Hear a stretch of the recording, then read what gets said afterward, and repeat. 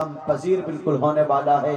آخری کڑی اور گھڑی اس شہر لڑکی کے آن بان شان اور اس شہر لڑکی کے قاضی حضرت اقدس جامعہ رحمانیہ کے صدر مفتی سلیم اللہ صاحب دامت برکاتہ العالیہ میں حضرت والا کا اس شعر کے ساتھ استقبال کر رہا ہوں کہ لبوں پہ یہ اپنے دعائیں سجائے بیٹھا ہے، لبوں پہ اپنے یہ دعائیں سجائے بیٹھا ہے، وفاؤں کی راہ میں خود کو مٹائے بیٹھا ہے، اور لگا سکا نہ کوئی ان کے قد کا اندازہ، یہ آسماں ہے مگر سر جھکائے بیٹھا ہے۔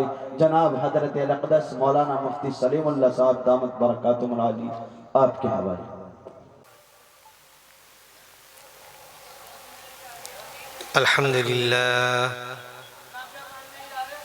الحمد لله وكفى وسلام على عباده الذين اصطفى أما بعد أعوذ بالله من الشيطان الرجيم بسم الله الرحمن الرحيم يا أيها الذين آمنوا اتقوا الله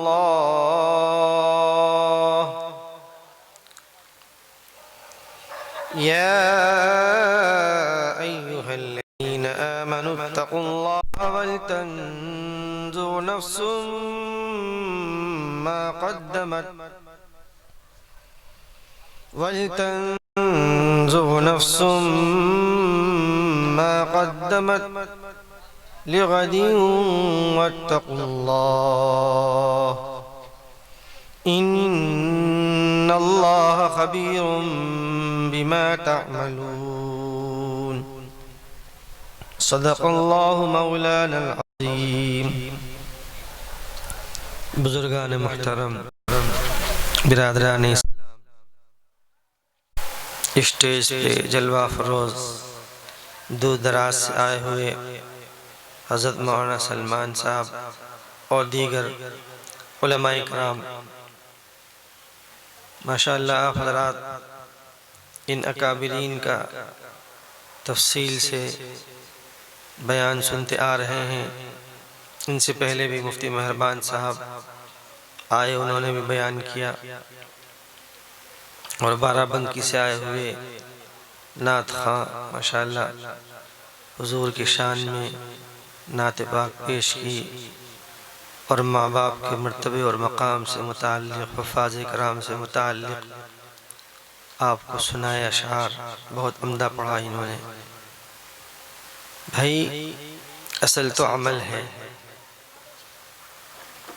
انسان کی زندگی میں عمل آنا چاہیے، اور عمل کب آئے گا؟ عمل اس وقت آئے گا جب دل کے اندر اللہ کا ڈر، اللہ کا خوف ہوگا۔ یہ آیت کریمہ جو میں نے آپ حضرات کے سامنے پڑھی ہے، اس میں اللہ رب العزت اپنے ماننے والوں، ایمان والوں کو بہت ہی محبت بھرے انداز میں فرما رہے ہیں، نام لے کے، اے ایمان والو، اے وہ لوگوں جو مجھے مانتے ہو، یا ایہا الذین آمنو، اے ایمان والو، اتقوا اللہ، اللہ سے ڈرو، مجھ اللہ سے ڈرو۔ کون اللہ؟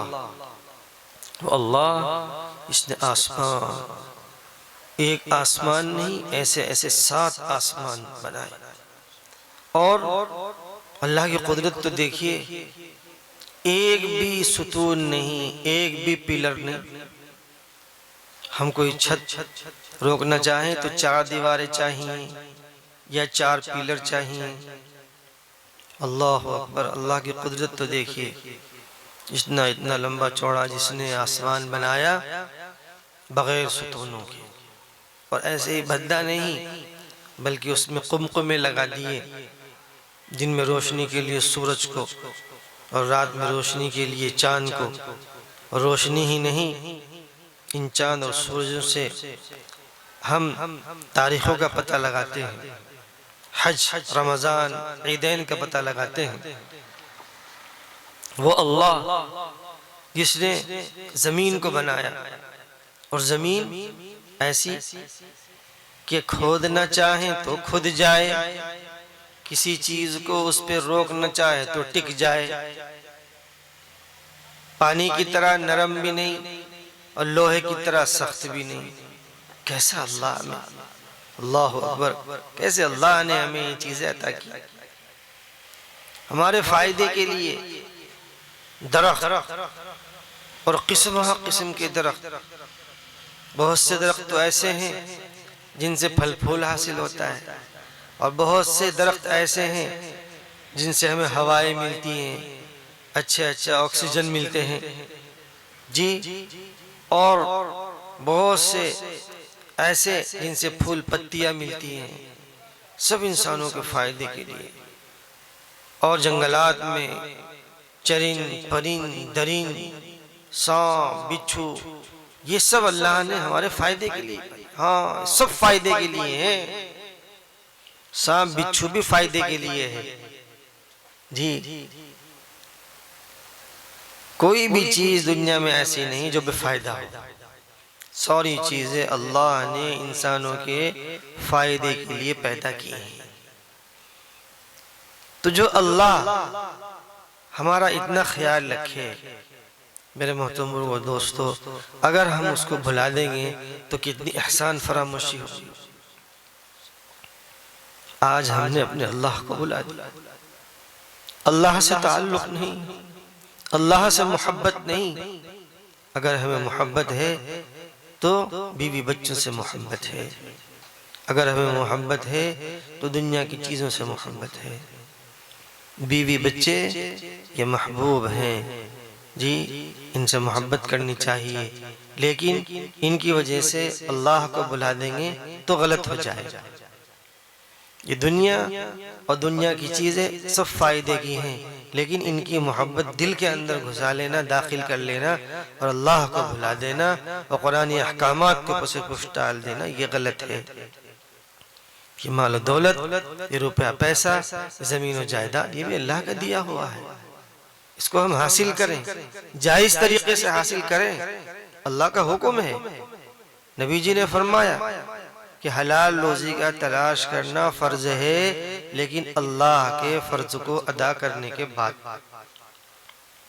بہرحال حکم تو فرمایا، اس لئے پتہ چلا یہ دنیا کی دولت بری چیز نہیں ہے، اس کو دل میں بسا لینا اس طریقے پر کہ احکامات پامال ہو جائیں، نبی جی کا طریقہ چھوٹ جائے، یہ ہے غلط۔ نہیں تو یہ مال دولت ہوگا تو پھر اسی مال دولت کے ذریعے سے تو ماں باپ کی خدمت کریں گے، بیوی بچوں کو پالیں گے، پرورش کریں گے، اور اسی روپے پیسے کے ذریعے سے غریبوں، یتیموں، مسکینوں کی ہم مدد کریں گے۔ اب سردی کا موسم چل رہا ہے، کتنے لوگ لحاف تقسیم کر رہے ہیں غریبوں، روپے پیسہ ہوگا بھائی مدرسوں کی اور مسجدوں کی امداد ہوگی۔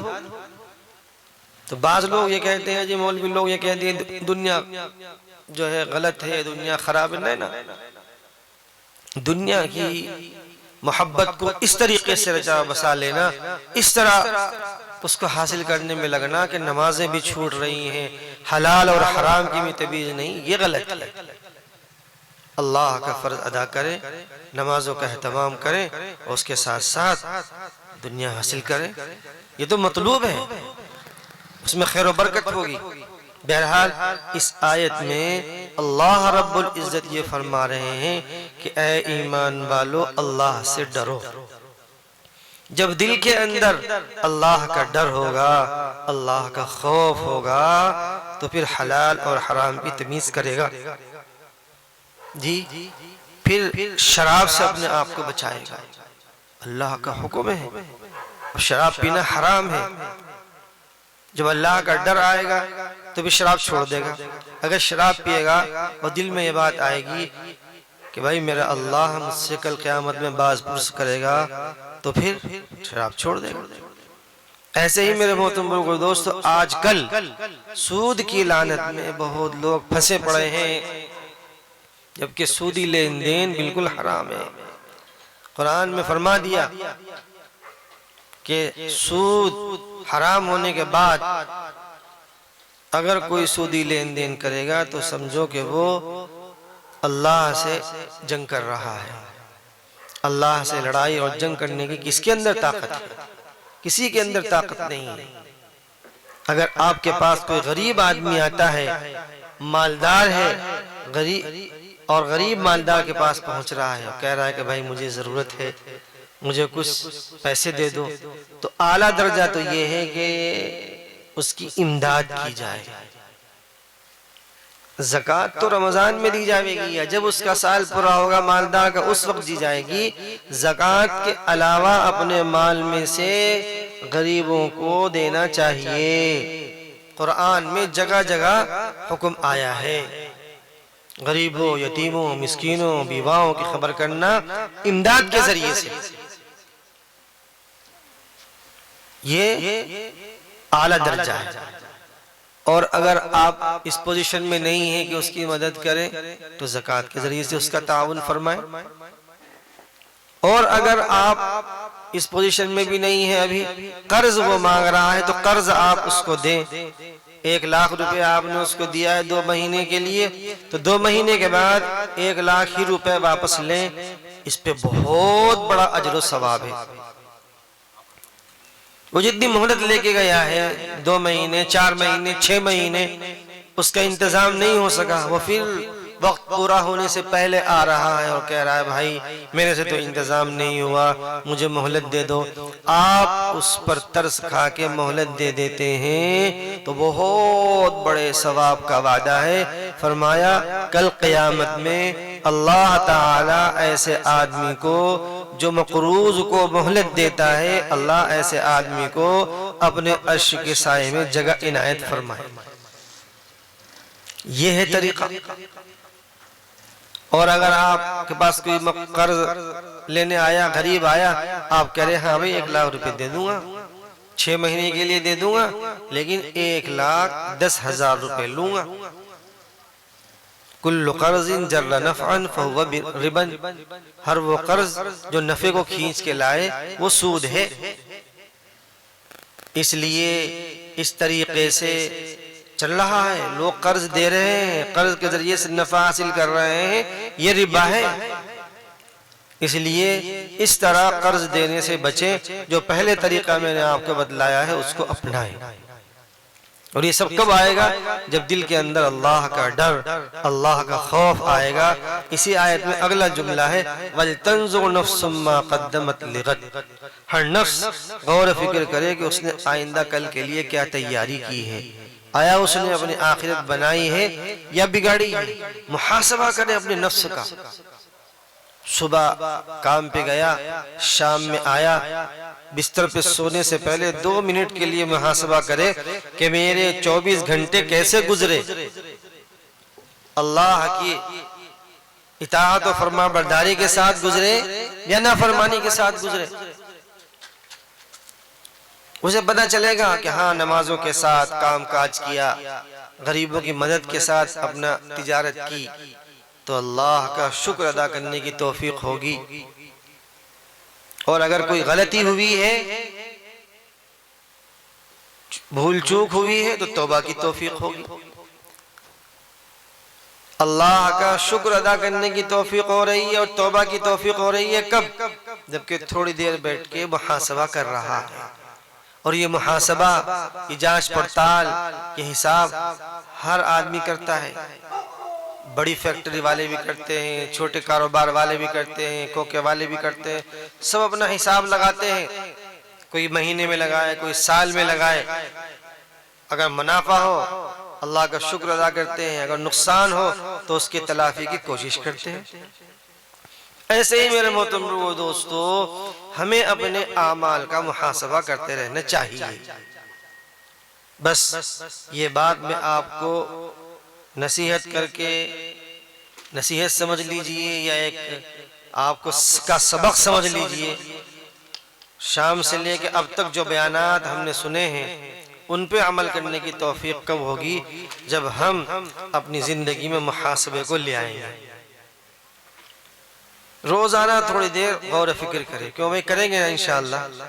اپنے آپ کو اچھے کاموں پہ ڈالیں، اپنے آپ کو برے کاموں سے بچائیں۔ جیسے ایک بالوں کا ہی مسئلہ ہے، بال ہمارے بالکل برابر ہونے چاہیے، بعض نوجوانوں کو دیکھا کہ یہاں سے کٹوا لیے، یہاں سے کٹوا لیے، یہاں سے بڑے بڑے چھوڑ دیے، اور بعض یہاں سے کٹوا لیتے ہیں، یہاں چھوڑ دیتے ہیں، تو یہ غیر شرعی بال ہے، حرام ہے اس طریقے سے بال کٹوا کے رکھنا۔ بال اگر رکھتے ہیں بڑے بڑے، یہ مولانا صاحب بیٹھے ہیں ماشاءاللہ، دیکھو ایسے رکھو بال، سنتی۔ یا اگر چھوٹے کرنے ہیں تو سارے برابر ہونے چاہیے، چھوٹے ہوں سب برابر ہوں۔ یہاں سے کاٹ لیے، یہاں سے بھی کاٹ لیے، اور اندر بہت سارے ہیں، یہ ہمارا طریقہ نہیں، یہ غیروں کا طریقہ ہے، اسلام کا طریقہ نہیں ہے، ہمارے نبی جی کا طریقہ نہیں ہے، اس کو نہیں اپنانا چاہیے، اس سے نوجوانوں کو بچنا چاہیے، کیوں بھی بچیں گے نا؟ ہاں، اپنے بال سب ٹھیک کرو۔ اور ایک کپڑے اس طریقے سے پھاڑ پھاڑ کے پہنتے ہیں، یہاں گھٹنے یہاں سے کاٹ لیا، یہاں سے کاٹ لیا، یہاں سے کاٹ لیا، اور اگر پوچھا جائے تو کہہ رہے ہیں یہ فیشن ہے۔ یہ کیسا فیشن ہے بھائی؟ بھدا ہے، اچھی بات نہیں ہے یہ۔ بعض مرتبہ اتنے پھٹ جاتے ہیں، نماز میں نہیں، نماز کے علاوہ بھی یہاں تک چھپانا فرض ہے مردوں کے لیے، ناف سے لے کے گھٹنے کے نیچے تک، اور یہ کٹا ہوا ہے یہیں سے، تو گناہ ہو رہا ہے، 24 گھنٹے گناہ میں، اور نماز کیسے ہو جائے گی بھائی بتاؤ؟ پیش لیے کاٹ پھاٹ کے کپڑے، ایسا فیشن اختیار نہیں کرنا چاہیے۔ اور پھر ہم اپنے آپ کو اچھے کاموں کے ساتھ ساتھ برائیوں سے بچائیں۔ شادی بیاہ میں ایک عام خرافات، اللہ اکبر، شریعت کی دھجیاں اڑائی جا رہی ہیں، شریعت کا جنازہ نکالا جا رہا ہے، تو کہاں سے خیر و برکت آ جائے گی؟ جی، سگائی کے اندر اب اس طریقے سے روکنے کی رسم چل گئی کہ بھئی ہوٹل میں پروگرام ہو رہا، اور لڑکی کو صوفے پہ بٹھا دیا، اور لڑکا اس کے پاؤں میں بیٹھ کے ذلیل ہو رہا ہے، پاؤں میں بیٹھ کے اسے انگوٹھی پہنا رہا ہے، ذلیل ہو گیا۔ حالانکہ اللہ نے مرد کو عورت پر فضیلت دی ہے، اور پھر ابھی تو یہ نسبت ہی ہوئی ہے، ابھی تو نکاح نہیں ہوا، ہاتھ لگانا حرام ہے، انگوٹھی ہاتھ پکڑ کے، انگوٹھی پکڑ کے، انگلی پکڑ کے انگوٹھی کیسے پہنا رہا ہے؟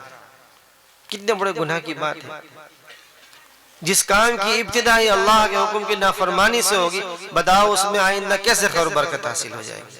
پھر آگے چل کر جب تاریخ طے ہو جاتی ہے، بٹنے کی رسم، مہندی کی رسم، اس میں جو تکہ فجتی ہو، اس میں دھکا مکی ہو، یہ سب کیا ہے؟ بے حیائی، مرد اور عورتوں کا اختلاط، یہ سب بے حیائی۔ صفائی ستھرائی شریعت میں مطلوب ہے، مرد اپنا غسل خانے کے اندر اچھی طریقے سے صاف کرے، بٹنا لگا لے، کون منع کر رہا؟ خود لگائے، دلہن خود لگائے، غسل خانے میں، باتھ روم میں جا کے، ایک دوسرے کو لگا رہے ہیں، ایک دوسرے کو لیپ رہے ہیں، دھکا مکی ہو رہی ہے، ہنسی مذاق دل لگی ہو رہی ہے، یہ شریعت میں مطلوب نہیں ہے، یہ گندا فعل ہے، اس فعل سے اپنے آپ کو بچانا چاہیے شادی بیاہ میں۔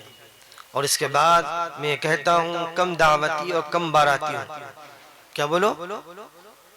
کم دعوتی اور کم باراتی ہوں، تو بڑی سہولت آسانی کے ساتھ آپ کا فنکشن ہو جائے گا، کم خرچ میں ہو جائے گا۔ اور پھر کھانا جب کھلایا جائے تو الگ الگ انتظام ہو، مردوں کا الگ، عورتوں کا الگ، بیچ میں قنات ہو، مردوں کو کھلانے والے مرد ویٹر ہوں، عورتوں کو کھلانے والے عورتیں ویٹر مل رہی ہیں۔ آج جب آپ اتنا خرچ کر رہے ہیں تو تھوڑا سا اور خرچ کیجئے، الگ الگ انتظام ہو، اور کرسی اور میز پہ بٹھا کر کھانا کھلایا جائے۔ یہ بھونڈا طریقہ ہے، یہ اچھا طریقہ نہیں ہے کھڑے کھڑے کھلانا۔ جب آپ بٹھا کے کھلائیں گے، ڈونگوں میں سامان سالن کھانا وانا رکھیں گے تو ضرورت کے مطابق لیں گے اور کھائیں گے، اور جب ایک جگہ رکھ دیا جاتا ہے تو اس میں کئی ساری چیزیں اٹھا کے لے آتے ہیں، وہ کھائی جاتی نہیں، کھانا ضائع ہوتا ہے۔ آئے ہائے، یہ کھانا، اللہ اکبر، بہت سے لوگوں کو کھانا نصیب بھی نہیں ہے۔ آج کل شادی بیاہ ہو رہی ہیں، اس لیے خاص طور سے میں یہ بات آپ حضرات کے گوش گزار کر رہا ہوں، اور آئندہ بھی یہاں نوجوان بیٹھے ہوئے ہیں، یہ عہد کر کے جائیں کہ ہم اپنی شادی میں کم دعوتی اور کم باراتی بلائیں گے، کیوں یہ کریں گے نا انشاءاللہ۔ اور اپنے پروگراموں میں مردوں کا انتظام الگ ہو، عورتوں کا انتظام الگ ہو، اور بٹھا کر کرسی میز پر عزت کے ساتھ سامان رکھا جائے اور کھلایا جائے۔ تو اس طریقے سے شریعت کے مطابق شادی ہوں گی تو یہ جوڑا مرتے دم تک چلے گا۔ اور اگر ہم نے اللہ کے احکامات کو چھوڑ دیا تو اللہ بھی چھوڑ دیتے ہیں. بہت جلدی بگاڑ آ جاتا ہے جب شریعت کی دھجیاں اڑائی جاتی ہیں، شریعت کے احکامات کو توڑا جاتا ہے، وہ چلتا نہیں.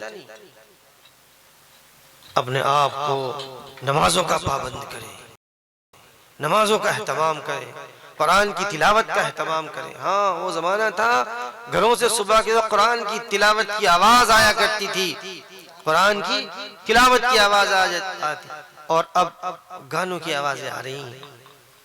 پہلے سنیما ہال میں جا کے فلم دیکھا کرتے تھے، اب تو ہر جیب میں سنیما ہال ہے. گھر کے اندر 4-4 5-5 سنیما ہال ہو گئے. ہر موبائل میں سنیما، ہر موبائل میں فلم. کسی کو کوئی اعتراض نہیں، باپ کا موبائل الگ، بیوی کا الگ، بیٹی کا الگ، بیٹے کا اپنے اپنے لحاظ میں اپنے اپنے کمرے میں مستی میں مست ہیں، شریعت کی خلاف ورزی کر رہے ہیں. رات لمبی چلی گئی، جب رات چلی گئی اس موبائل کے دیکھنے دکھانے میں تو نماز فجر غائب. اس موبائل نے بہت تباہی مچا رکھی ہے. موبائل خبر سننے سنانے کے لیے ہے، موبائل تجارت کے لیے ہے، کاروبار کے لیے ہے. موبائل سے آپ قرآن سنیے، موبائل سے آپ بیان سنیے. اس کی اچھائی اچھائی ہے اور اس کی برائی برائی ہے. اور موبائل کی بات آ گئی تو ایک مسئلہ بتلا دیتا ہوں. موبائل میں رنگ ٹون جو ہے وہ ایک تو قرآن کی آیت نہ رکھے، نعت نبی نہ رکھے، گانا نہ رکھے. ٹھیک ہے؟ کیوں؟ اگر آپ نے قرآن رکھا رنگ ٹون میں اور آپ بند کرنا بھول گئے اور بیت الخلاء میں چلے گئے، کسی نے فون کر دیا وہیں قرآن کی آیت چالو ہو جائے گی بیت الخلاء میں. قرآن کی بے حرمتی. آپ نے گانے کی رنگ ٹون لگا رکھی ہے اور آپ مسجد میں پہنچ گئے اور بند کرنا بھول گئے تو مسجد میں کیا ہوگا؟ گھنٹی بجے گی اور گانے شروع. نعت نبی بھی نہیں لگانی چاہیے، بے حرمتی ہوگی بیت الخلاء میں. یہ تو سننے کے لیے ہے. اپنے سارے کام چھوڑ کے قرآن کو سنا جائے، اپنے سارے کام چھوڑ کے نعت نبی کو سنا جائے، نہ یہ کہ ان کی بے حرمتی کی جائے. اس لیے سادھی گھنٹیاں رکھیں موبائل میں. کیوں بھائی رکھیں گے نا انشاءاللہ. ہاں بالکل اپنے آپ کو بچا کے رکھیں ان چیزوں سے. انہی چیزوں سے ذرا ذرا سی چیزوں سے اہتمام کرنے سے کامیابی مل جاتی ہے، اور بے احتیاطی سے آدمی کے اندر تنزلی آ جاتی ہے، تنزلی کا شکار ہو جاتے ہیں. پتہ بھی نہیں چلتا کہ کہاں سے یہ آئی، حالانکہ کی ہم نے خود ہی بے احتیاطی کی وجہ سے. تو میرے نوجوانوں اور محلے کے لوگوں، اپنے آپ کو اچھائی پہ ڈالو، برائی سے اپنے آپ کو بچائیے. نماز کا اہتمام، قرآن کی تلاوت کا اہتمام. نہ قرآن ایمان والے کے لیے ایسا ہے جیسے مچھلی کے لیے پانی. ایک مسلمان اور اس کے دل میں قرآن نہ ہو، یہ ہو ہی نہیں سکتا. کم سے کم 10 سورتیں حفظ ہونی چاہیے، الم تری کیف سے لے کے آخر تک. سورہ فاتحہ حفظ ہو، اور ناظرہ قرآن تو ہو ہی. روزانہ کم سے کم آدھا پارہ پڑھیں، اور جو حافظ قرآن ہے وہ 3 پارے پڑھیں.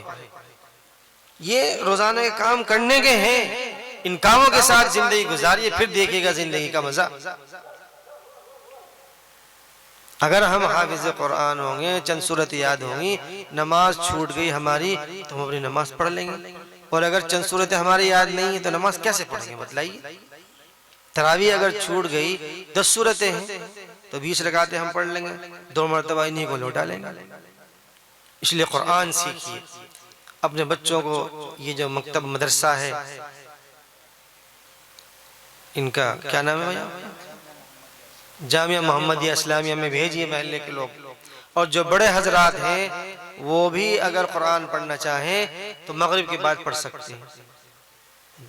مغرب کے بعد کام کاج سے فارغ ہو جائے، یا عشاء کے بعد 10-15 منٹ دے دیجئے.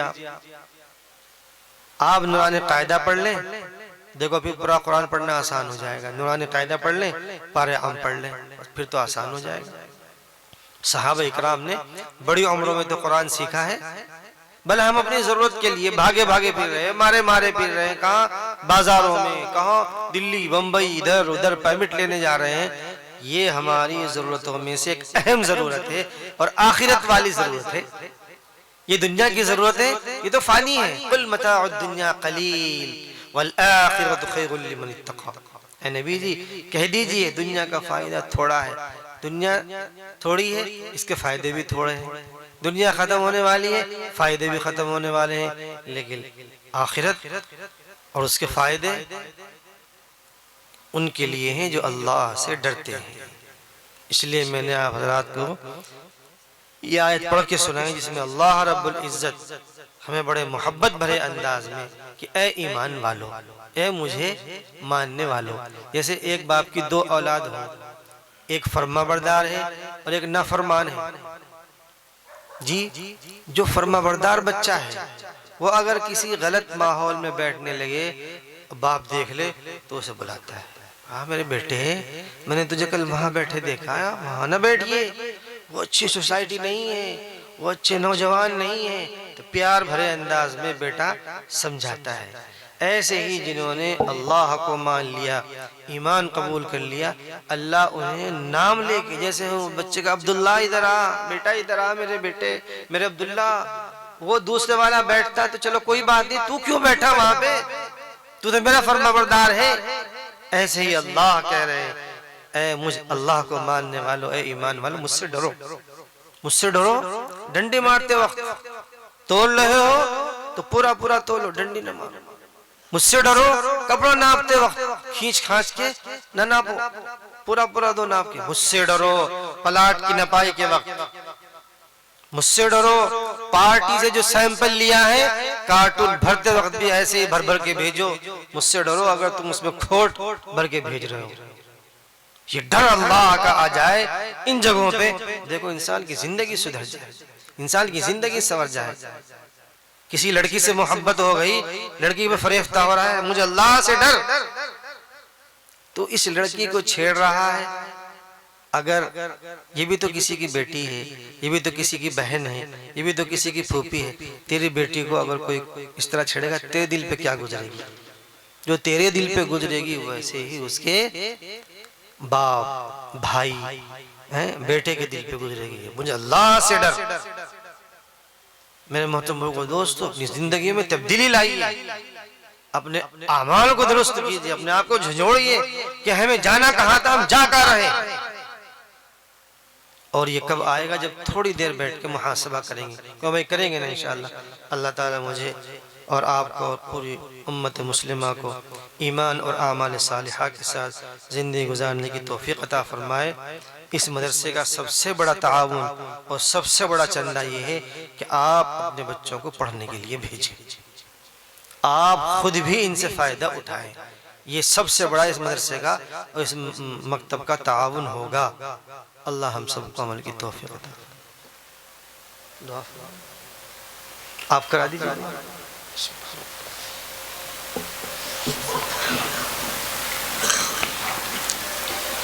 الحمد لله رب العالمين يا رب لك الحمد كما ينبغي بجلال وجهك وعظيم سلطانك.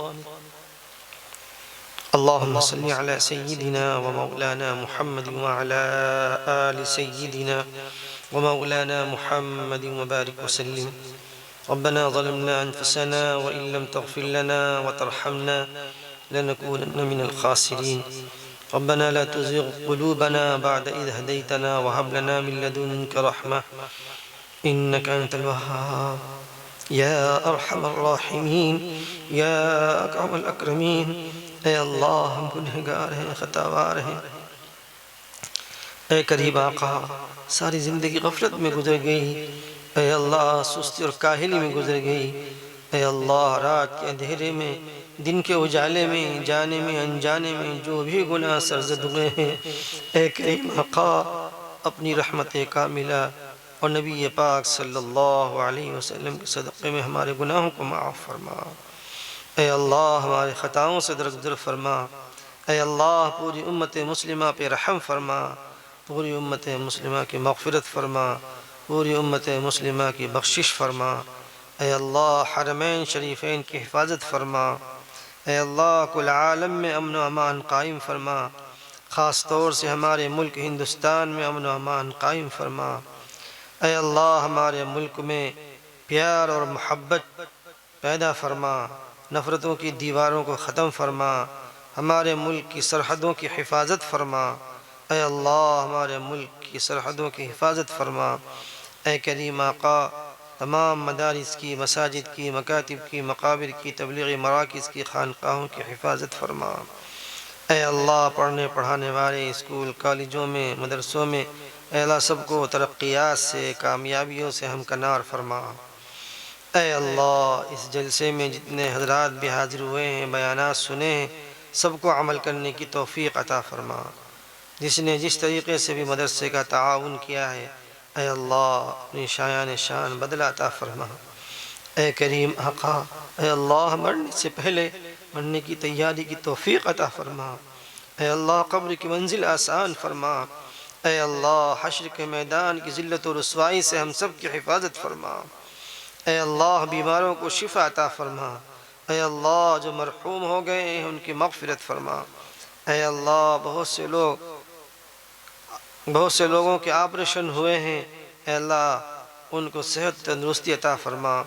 کل مفتی اسد کا اے اللہ آپریشن ہے، اور بھی بہت سے لوگوں نے دعاؤں کے لیے کہا ہے۔ اے کریم آقا ان کے آپریشنوں میں کامیابی عطا فرما۔ دل و دماغ کی بیماری والوں کو مکمل شفا عطا فرما۔ اے اللہ جو حضرات پریشان حال ہیں ان کی پریشانیوں کو دور فرما۔ اے اللہ جو بن بیاہیں لڑکیاں اور لڑکے ہیں، اے اللہ مناسب رشتے عطا فرما۔ ہم سب کو حلال اور برکت والی روزی عطا فرما۔ اے اللہ جو ناجائز مقدمات میں گرفتار ہیں ان کو رہائی اور نجات عطا فرما۔ اے اللہ جب تک ہم زندہ رہیں ایمان اور اسلام کی زندگی عطا فرما۔ اے اللہ موت ہو تو ایمان پر خاتمہ عطا فرما۔ اے اللہ ہماری ان دعاؤں کو محض اپنے لطف و کرم سے نبی پاک صلی اللہ علیہ وسلم کے صدقے و طفیل سے قبول فرما۔ سبحان ربک رب العزت عما یصفون وسلام علی المرسلین والحمد للہ رب العالمین۔